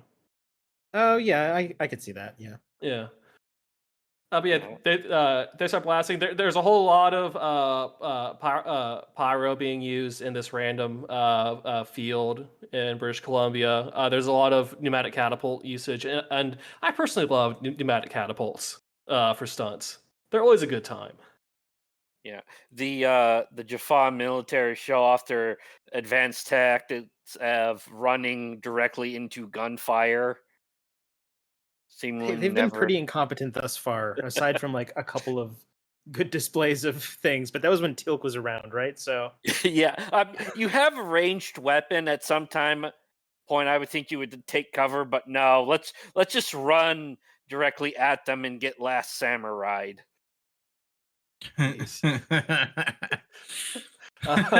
So the best part of the entire episode and the clip that they use for the eventual opening that they do for later on, the money shot is I like to think that Kowalski remembered getting strafed by that Death Glider in the movie, so that's why SG-2 brought Stinger missile with them on this expedition. Yeah, and then just the look on Apophy's face when he sees his advanced warship get taken down by what is actually a pretty effective weapon system in real life. yeah. So this one Death Glider that's been strafing these fleeing refugees just gets Stinger missiled. It's really good. I just wanted to highlight that. It's You can tell where the budget for this episode went. Blowing that shit up. Yeah, so Apophis escapes, and the possessed Shah-Ray, who's now a Goa'uld, escapes. Scar is now a Goa'uld, also goes through the Stargate. There's some moments there. And then they have to figure out how to dial back home while hundreds of Jaffa soldiers come running at them like it's a video game. Hmm. So big action It's scene at like the the end. yeah, it's like the end to Halo Reach, except people actually make it out alive. I would say it's like the end of Halo Reach. I mean, it's not as impressive. I will say props to the big guy. The reason why I pointed out is he figures out how to throw grenades real fast. I thought he was Yeah. throwing rocks. Was he throwing rocks or was he throwing grenades? I think he was throwing grenades. I think he was throwing rocks. You're not going to give a grenade to a caveman because he's just going to throw it like a rock. I mean- totally would give a grenade to a caveman. That's fucking funny, man. Yeah, until he throws the pin and holds onto the actual grenade. That sounds like a him problem. I mean, you just show him once, like you just demonstrate, pin, throw, and the caveman is just throwing grenades at that point. Yeah. I'm going to have to go back and rewatch that scene. I could have sworn it was a rock, but I might be wrong on this. It's much funner if it's grenades. We'll just go with grenades. So big action scene. They all make it through. One of the guys in SG-2 gets shot, and while they're trying to give him medical treatment, nearby dead Jaffa, the symbiote pops out of his stomach and goes into Kowalski's neck. So the cliffhanger there for him. So now we've Yeah. got oh, what is that? The gold Never mind. symbiote? No? No. There was a movie I was trying to think of, but then my brain went blank because I'm very tired. Okay, well we're Body at the Snatchers. end. Invasion of the Invasion of Body the Body Snatchers Snatchers? going on. Body Yeah. snatchers, yeah. Like that's honestly that's what the gold are. Yeah. Basically, yeah. So they'll make it through the gate. There's a lot of explaining to do. There's some humanitarian aid that needs to happen. They yada their way through a whole lot, and then it's like, yep, here's SG-1. It's O'Neill, Carter, Daniel Jackson, who's not in jail, and then Teal'c, who's also not in jail for some reason. And in Yeah. full gold body armor. For now. I mean, yeah, Mhm. he shows up, and at the end of the episode, it's just them walking off of the ramp where the Stargate okay. is. Yeah, And there's no then- explanations yet. And then Kowalski just comes in last, and then the very last shot is Kowalski's eyes glowing like the gold eyes do. Yep, and that is the movie and the pilot. That's a whole lot of setup happens. Yeah, I think the pilot is much better than the movie, but also I don't think the pilot is very good either. This seems like a TV show that takes a minute to find its foot. Yeah, it does. Like if the pilot was like an extra 30 minutes longer, it would have just been so much better, and it really would have made the series where it's like, okay, you don't even need to go back and watch the movie. Well, you still don't. The pilot does it. I do think you should start with the pilot. Isn't like bad or anything. It's just it's kind of an info dump, and when it's not an info dump, I think it's kind of bland. But it's good enough, and it does a good enough job summarizing the movie that Mhm. if someone wanted to watch this, I would say definitely start with the pilot. Yeah. I mean Um, that I felt like the acting was also so much better than the movie was. The characters just feel like they have a lot more depth to them, and Yeah. they interact with each other like actual humans. There's some banter Well, there. There's except for the one scene where Amanda Tapping shows up. Yes. yeah. Um but no, I like the new cast of characters. I liked all the recast. I like the people that they brought in. I especially love Christopher Judge. He just kills it in the role of Teal'c. Yeah. They also do Yeah. a pretty good job of setting up some interesting story hooks. There's, they brought Daniel Jackson back, but now his wife is is one of the Gould. O'Neill's friend is now one of the Gold. Now they have at Jaffa on their side, and like we already like from cultural osmosis, we already know some of this, but if you're watching this in 97, you'd be like, okay, there's several interesting story bits that for them to follow up on over the next course of the next season. How Mhm. well they do that, I don't actually know. But yeah. Yeah. Like Looking forward they to watching definitely do more. a good job setting up the motivation specifically for Daniel Jackson and Captain O'Neill. Is it Captain? It's Colonel Colonel? O'Neill. Colonel. Colonel, Colonel O'Neill. which is a weirdly high rank for someone who constantly goes out and gets in the middle of a battlefield, but okay. Yeah, I know. It's Listen, pretty Canadians don't know military ranks. It's fine. Yeah. Oh.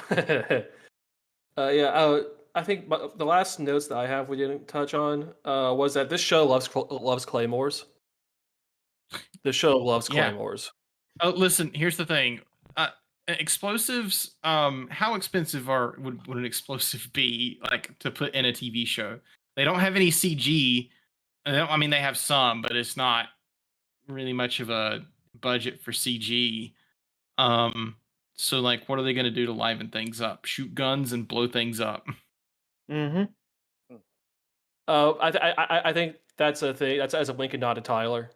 They really like claymores in this show, don't they, Tyler? uh, I will agree with that. That and many other things. And when they go to Chillock and they're being led by those priests to the city, and they show the city in the distance, I just thought of the mind python and the Holy Grail bit of like Chillock. It's only a model, It's Yeah. that's what went through my head. All right. Listen, the budget is much less than what the movie had. Like you could Oh, say a lot and- about the movie, but like they had some very impressive scenes and some very impressive sets. They don't necessarily have those in British Columbia. No, I mean it's just fun. And also one thing I noticed, I guess is more for Tyler. Most of the guys going through the gates are either carrying MP5s or M16s, except Kowalski, who has a saw for some reason. Well, yeah, you I got to mean- have at least one guy with the automatic weapon. Don't they switch to P90s at some point in this TV show? A few Yeah. seasons from now. Yeah, season 4. So you got quite a few seasons of the MP5s. All right. Yeah. I will say this though about the show overall. It feels like they figured out who their target audience wants to be. Like the show assumes you know enough about physics. It assumes you know a little bit about human history. It assumes you know a little bit about the military without you having to be like an expert in each one of those topics. So expect you to be a nerd. Yes, I mean, exactly. it's sci-fi. It's science fiction. Like, what do you expect?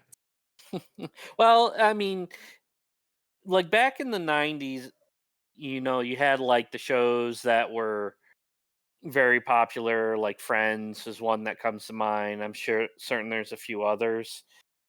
And they really resisted the temptation to try to make this as appealing to as wide its audience as they possibly could. They did a really good job of just focusing in on, the nerd demographic. Yeah, I would say they did an overall good job too. Just they didn't go too out of their way to try and break the mold. They did a good job with the source material that they were given, even though it does take it into a completely different direction. But what else are you gonna do, right? Yeah. Oh, there's one Alright. last thing. Towards the end of the pod episode, when the Gould are going through the Stargate, and that's a whole thing, and you see Apophis and Shara being walking up to the dial device.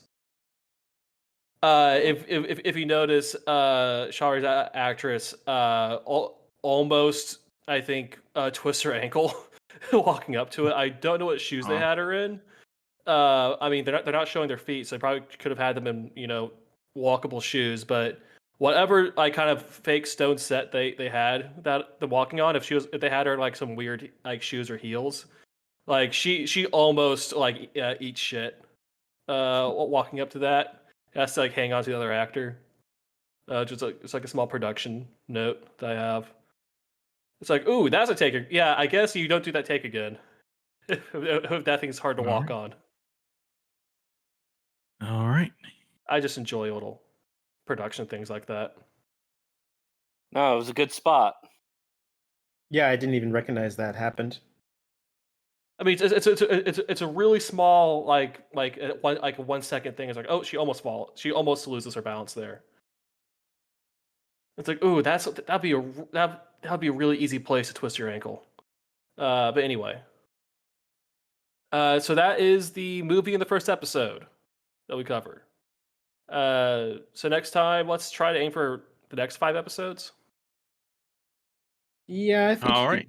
I think you could easily do that, considering the 3 episodes after that, which I've already seen. You can get through most of those pretty quickly. Yeah, it's kind of breezy, this show. Once Mhm. they get into the groove of the plan of the week. But yeah, so any final thoughts from anyone? Nope. No. I was surprised about how little I hated the movie. I didn't like the, but I didn't hate it. I didn't loathe it. I just find a lot of it boring. It it is just a film where nothing happens and then everything happens. Hmm. But considering its reputation, I expected it to be way worse than it actually. I think when you compare the show to the movie, that's when you really start to realize just how much better the show was.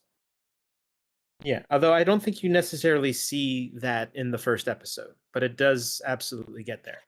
Yeah, like once you've seen like a season or two and the show's growing on you, you see it really highlights the shortcomings of the movie.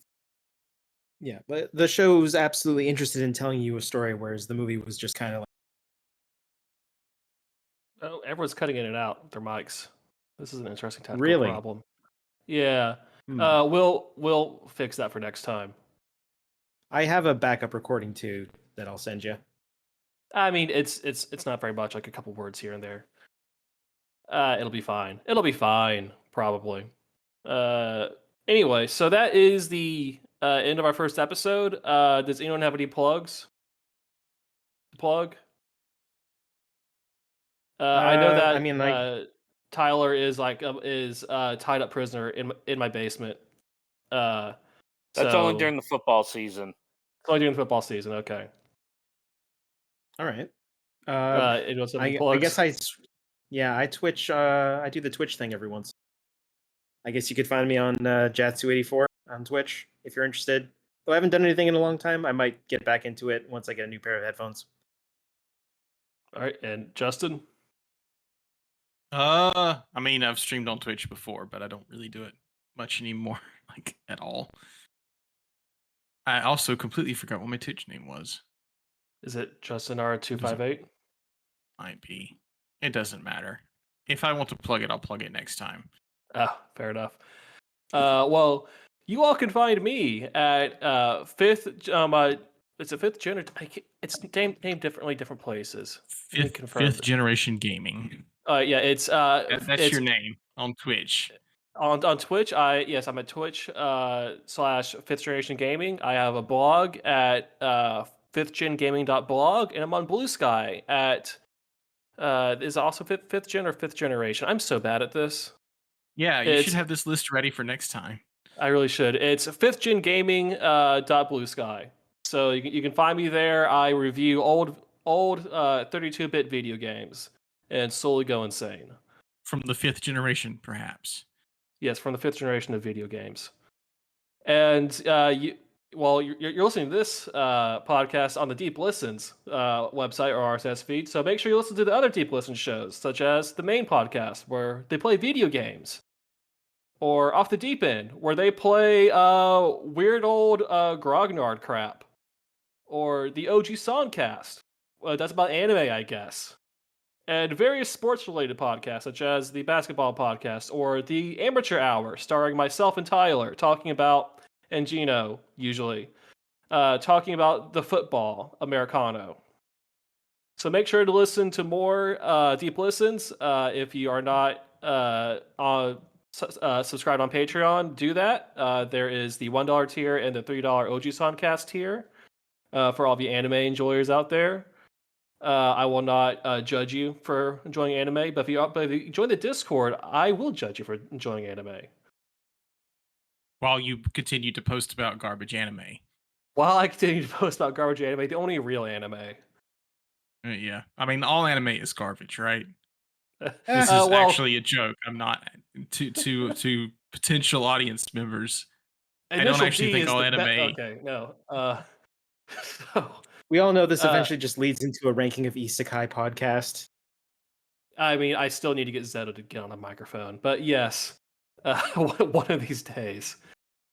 So that is it for this, as of yet, untitled Stargate podcast. We'll have a title at some point. I swear, something that can pass the censors. Yeah, you know what you did, censors. My name was good. Yeah, All right. this idea was great. All right. I'm gonna dip out now. All right, yeah. So that's in the show. Goodbye, internet.